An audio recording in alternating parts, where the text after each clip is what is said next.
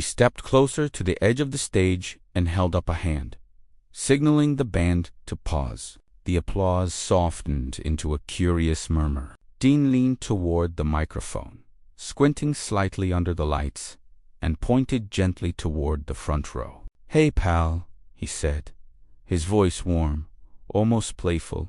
"You know all the words better than my band." The crowd laughed, but the boy's smile widened, like he'd just been handed the greatest gift of his life. "What's your name, kid?" Dean asked.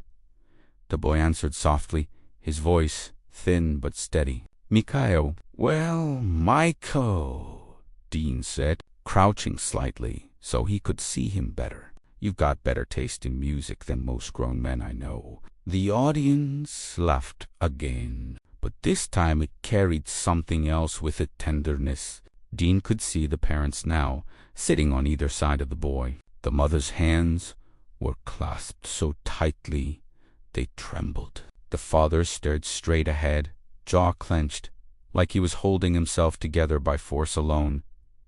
Dean felt it then, that familiar tightening in his chest. The same feeling he got when he saw something unfair, something cruel that couldn't be joked away.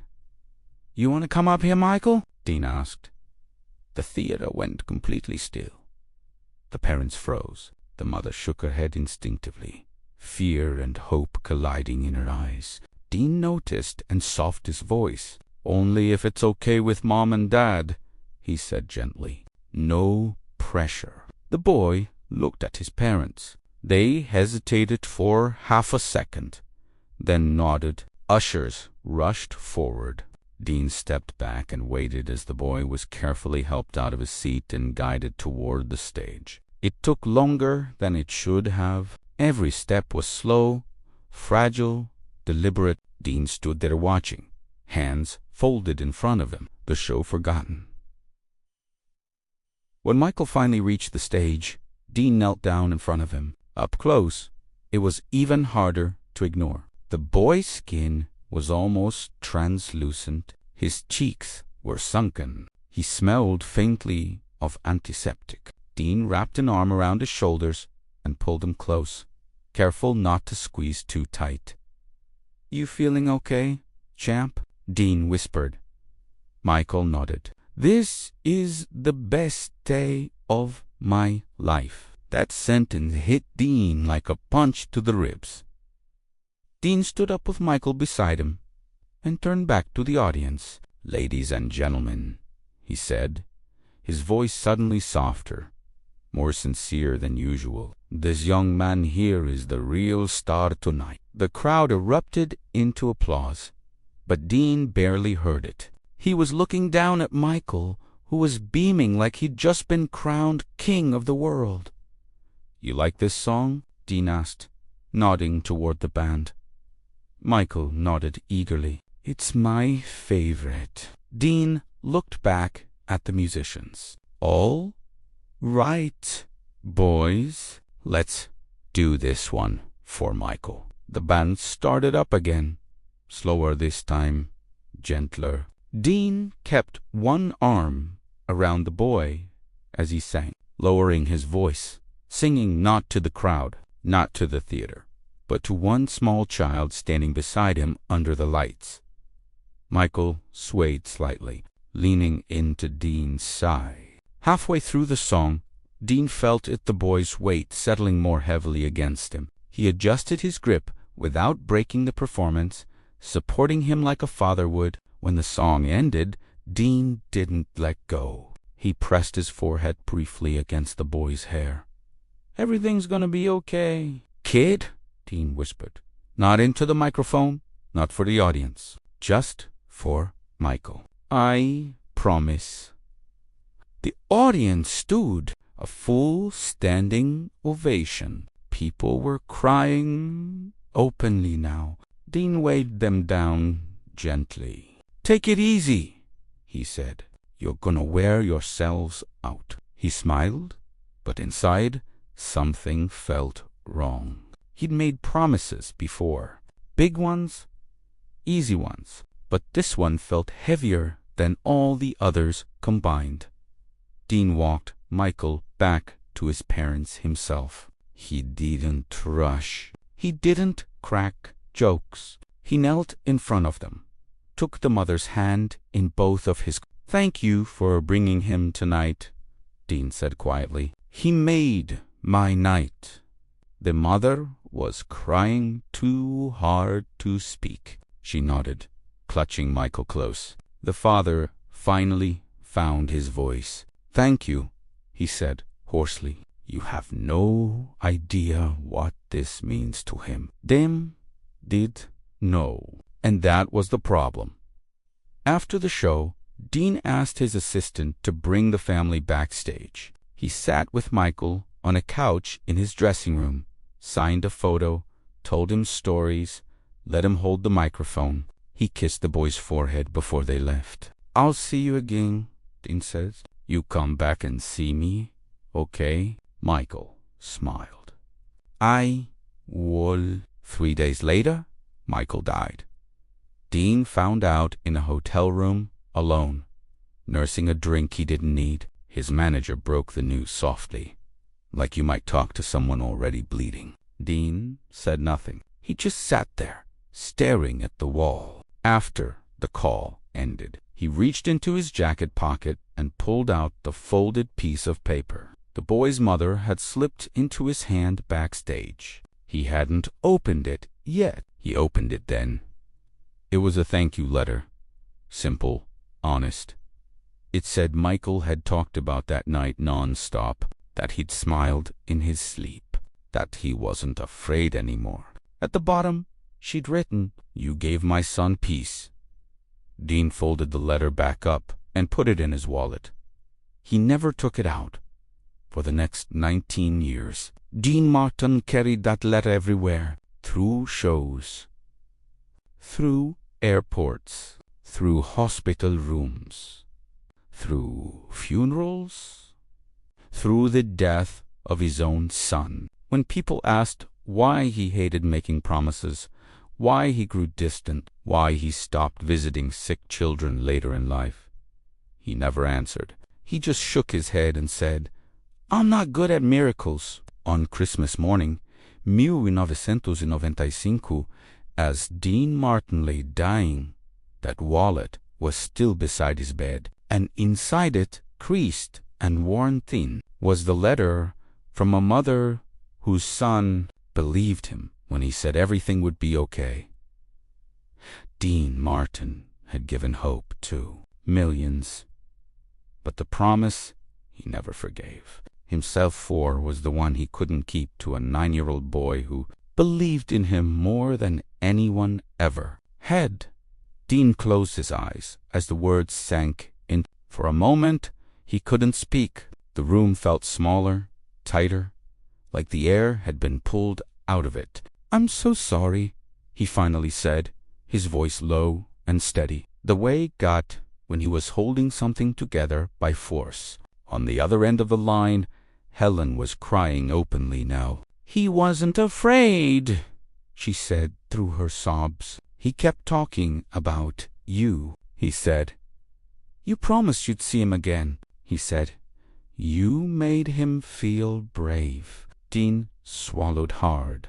The promise echoed in his head, sharp and merciless. "He was brave," Dean said. "Braver than most grown men I know." There was a pause, heavy and final. "Thank you for calling," he added. "And thank you for letting me know him." When the call ended, Dean sat there holding the phone long after the line went dead, staring at nothing. He didn't cry. Not then. He just sat, unmoving, as if grief had frozen him in place. His assistant hovered nearby, unsure whether to speak. Finally, Dean stood up, slowly, like an old man twice his age. He reached for his jacket, then stopped. Instead, he reached into his pocket and pulled out a small folded piece of paper Helen had slipped into his hand backstage. He unfolded it for the first time. It was a letter written in uneven handwriting, rushed and emotional. It thanked him for seeing Tommy, not as a sick child, but as a person. It said that, for the first time in months, Tommy had laughed without pain in his eyes. At the bottom, she'd written one line that cut deeper than anything else. "You made my son believe in tomorrow, even when tomorrow didn't come." Dean folded the letter carefully and placed it in his wallet. From that day on, something changed in him. He still performed. He still smiled. He still played the part the world expected. But the ease was gone. When fans asked him to promise he'd come back, promise he'd tour again, promise he'd never stop singing, Dean would smile and change the subject. He stopped making promises altogether. When children were brought backstage after shows, he was kind, attentive, present but careful. He listened more than he spoke, and he never said everything would be okay again. Years later, after his son Dino died, that old wound split open completely. The loss of his own child dragged Tommy Patterson's memory back into the light, raw and unforgiving. Dean understood then what he hadn't fully grasped in 1976. Hope was powerful, but promises were dangerous. Sometimes love meant sitting with someone in the truth, not shielding them from it.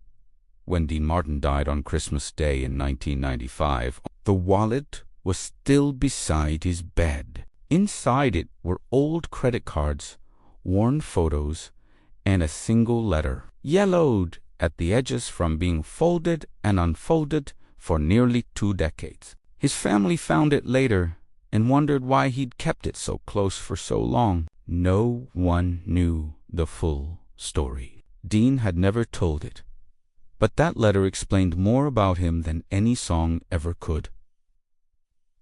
Dean Martin gave the world laughter, music, and escape. He gave people joy when they needed it most. But the moment that stayed with him until his final breath wasn't a standing ovation or a chart-topping hit. It was a quiet promise made to a dying child, spoken with love, broken by reality, and carried like a weight in his heart for the rest of his life. And that is why, for all the smiles he gave the world, Dean Martin understood something few entertainers ever do. Sometimes the greatest kindness isn't making someone believe everything will be okay. Sometimes it's simply being there, fully, honestly, in the moment, knowing that love doesn't need a promise to matter. Dean stood there with the letter trembling in his hands, the words blurring as tears finally broke through. He had spent his entire life convincing the world that pain rolled off him like water, that nothing could touch the king of cool. But that letter reached a place no applause ever had. It didn't praise his talent. It didn't thank him for being famous. It thanked him for seeing a dying child as a human being. And that was the part Dean could never forgive himself for misunderstanding. In his mind, he had failed because the boy still died. In reality, he had succeeded in the only way that truly mattered. From that moment on, the letter became an anchor. Dean didn't leave home without it. It went with him into dressing rooms, onto planes, into hotel bars at 2 a.m. when the noise finally died and the silence became unbearable. On nights when the drinking got heavier and the laughter felt forced, he would slip the letter out and read it again, quietly, to himself. Not for comfort, but for punishment. It reminded him that words mattered, promises mattered, and love, once given, never disappeared. Even when the person you gave it to was gone, people noticed the change long before they understood it. Dean lingered longer with fans after shows, especially children. He knelt down instead of standing over them. He listened instead of joking. He never promised tomorrow again. If a sick child asked if he would visit them, Dean would say, "I hope I can." And then he would try with everything he had to make that hope real. Sometimes he succeeded, sometimes he didn't, and every time he didn't, the weight grew heavier. When his son Dino died in 1987, the letters stopped feeling like a reminder of failure and started feeling like a prophecy. Dean finally understood what Tommy's mother had tried to tell him. You don't control how long someone lives. You only control how loved they feel while they're here. But that understanding came too late to save him from the guilt. The loss of his son shattered whatever emotional scaffolding he still had left. Dean didn't just grieve Dino. He grieved every goodbye he'd ever postponed, every phone call he'd put off, every moment he'd traded for a stage light. At Sammy Davis Jr.'s funeral in 1990, when Dean finally broke down in public, people thought they were watching a man mourn a friend. What they were really seeing was years of unprocessed sorrow collapsing all at once. Tommy, Dino, Sammy. Promises made, promises broken. Lav giving, lav losci.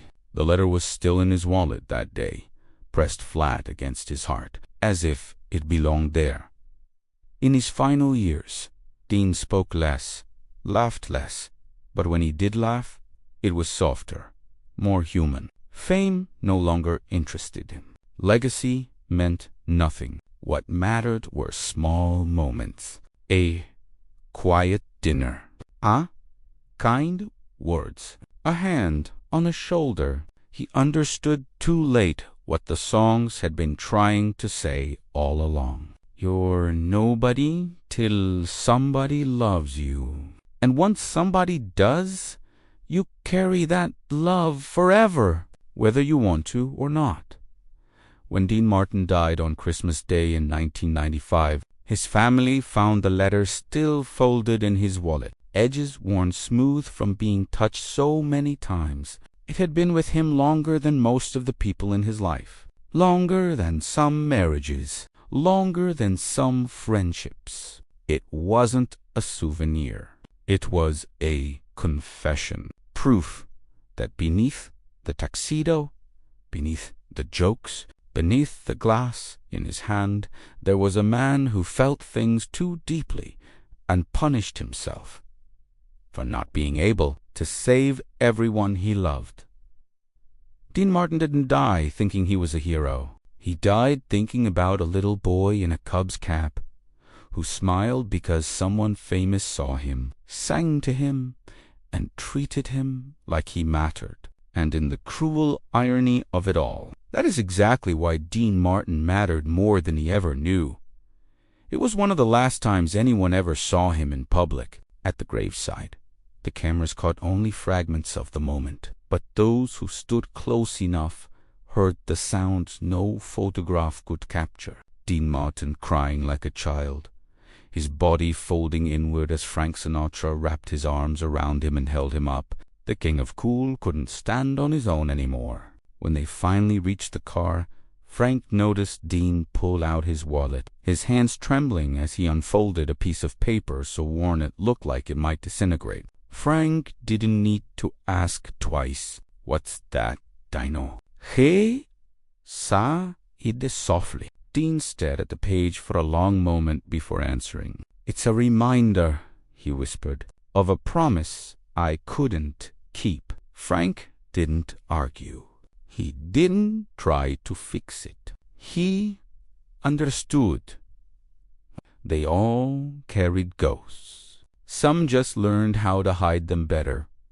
On Christmas morning, December 25th, 1995, Dean Martin died quietly in his Beverly Hills home. No stage, no spotlight, no applause, just silence. He was 78 years old. When his family went through his belongings later that day, they found his wallet resting on the nightstand beside his bed. Inside, folded thin from decades of being opened and closed, was Helen Patterson's letter. Issued day, after 19 years. Deanna Martin read it first. Her hands shook. Tears fell onto the page. "He carried this all that time," she said to her siblings. "All those years." He thought. He failed. And in that moment, she understood her father in a way she never had before. Not as Dean Martin, the legend, but as a man who punished himself endlessly for not being able to save everyone he loved. At Dean's funeral, Deanna made a decision no one argued with. The letter would be buried with him. "He needs to let it go now," she said quietly. "He needs to know he didn't fail. He gave that boy something precious. He gave him love." The letter went into the casket, folded gently one last time. No longer a reminder, no longer a burden. The story of Tommy Patterson was never meant for headlines. During Dean's lifetime, only a handful of people knew it. He never spoke about it publicly. He never sought credit. For him, it wasn't a story of kindness. It was a story of guilt. A promise he believed he had broken. But the truth Dean never allowed himself to accept, was devastatingly simple. He never broke that promise at all. Dean told Tommy everything would be okay. And for Tommy, it was Dot. In those final 3 days, Tommy wasn't afraid. He wasn't alone. He didn't feel invisible. He knew he mattered. He knew he was loved. He died peacefully, holding on to a moment that made him feel like somebody. Dean couldn't give him more time. He couldn't give him a cure. But he gave him something even rarer. Dignity, comfort, peace. The real tragedy wasn't that Dean failed a dying boy. The tragedy was that Dean Martin spent the rest of his life believing he had. Years after Dean's death, Helen Patterson finally spoke publicly about that night in Chicago. The interviewer asked her the question everyone expected. Did she blame Dean Martin for not visiting the hospital like he promised? Helen didn't hesitate. She smiled through tears. "Blame him," she said. "No, I thank him every day." She paused, steadying her voice. "Dean Martin gave my son the most beautiful gift a mother could ask for. My child, wasn't he scared when he died?" He felt love it. That's everything. When she learned Dean had carried her letter for 19 years, her smile faded. "That breaks my heart," she admitted. "I wrote that letter to free him, not to weigh him down. If I had known, I would have written something different. I would have told him he didn't fail my son. He saved him. Not his body, but his soul. He gave him peace. And that's the greatest gift anyone can give." Today, backstage at the Chicago Theater, there's a small plaque almost no audience member will ever see. It reads, "In memory of Tommy Patterson and all the children who remind us what really matters. September 14th, 1976. Every performer who plays that stage is told the story. Many say it changes them. It changes how they look at the crowd. Because you never know who's sitting out there. You never know who needs one moment of magic, one moment of recognition, one reminder that they matter." Dean Martin spent 19 years believing he carried a failure in his wallet. But the truth is, Tommy Patterson carried something far more powerful in his heart. The certainty that he was loved, that he was seen, that he was somebody. Dean Martin couldn't save a life, but he saved something just as important. And maybe wherever Dean is now, he finally understands that. Maybe he's finally forgiven himself, because Tommy never needed forgiveness. Tommy got exactly what he needed. one perfect night, one moment of love. And sometimes that's all any of us really need.